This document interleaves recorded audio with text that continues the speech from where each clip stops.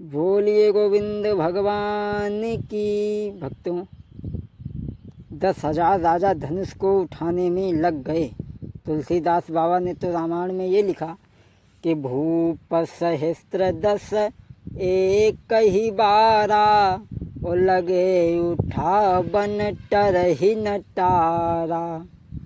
भूप सहस्त्र 10,000 राजा एक बार ही धनुष को उठाने में लग गए, और 10,000 राजन के 20,000 हाथ तो हो ही गए। और अगर धनुष टूट जाते तो सीता जी किन किन के गले में जयमाला डालती हैं? समझो।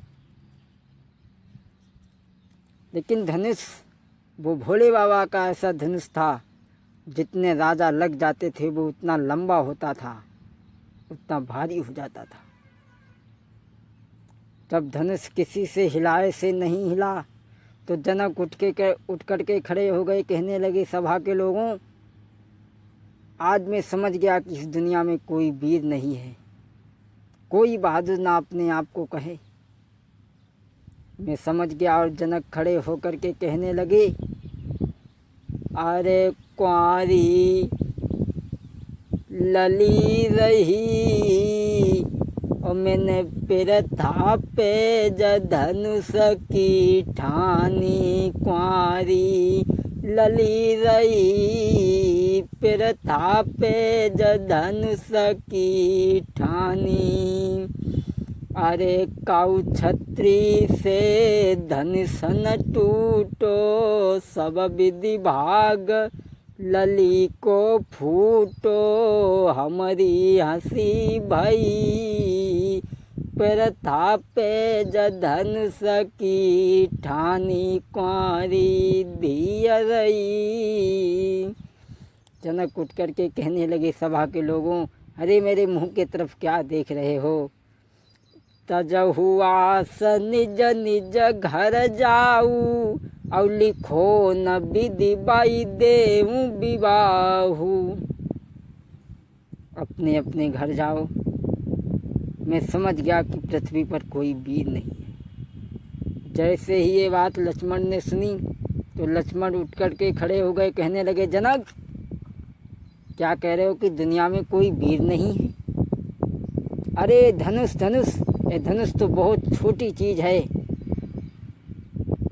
यदि आज्ञा जो गुरु की पाई जाए, यदि आज्ञा जो गुरु की पाई जाए, तो ब्रह्मांड को अवय हिलाई डाले। कहो सूरज चांद को निगल जाई, हम यम को खाक मिलाई डाले।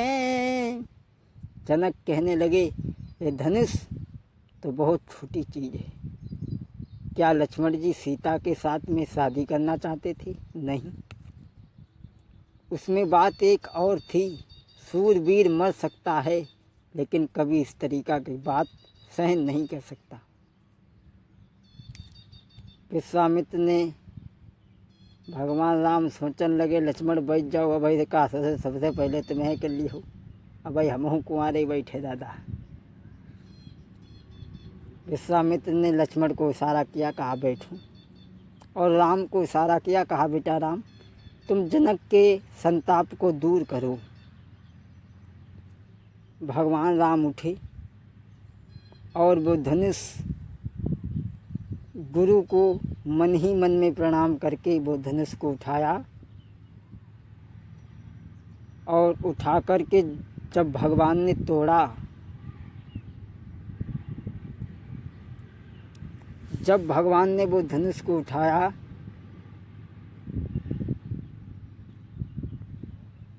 धनुष को जब भगवान ने उठा करके तोड़ दिया,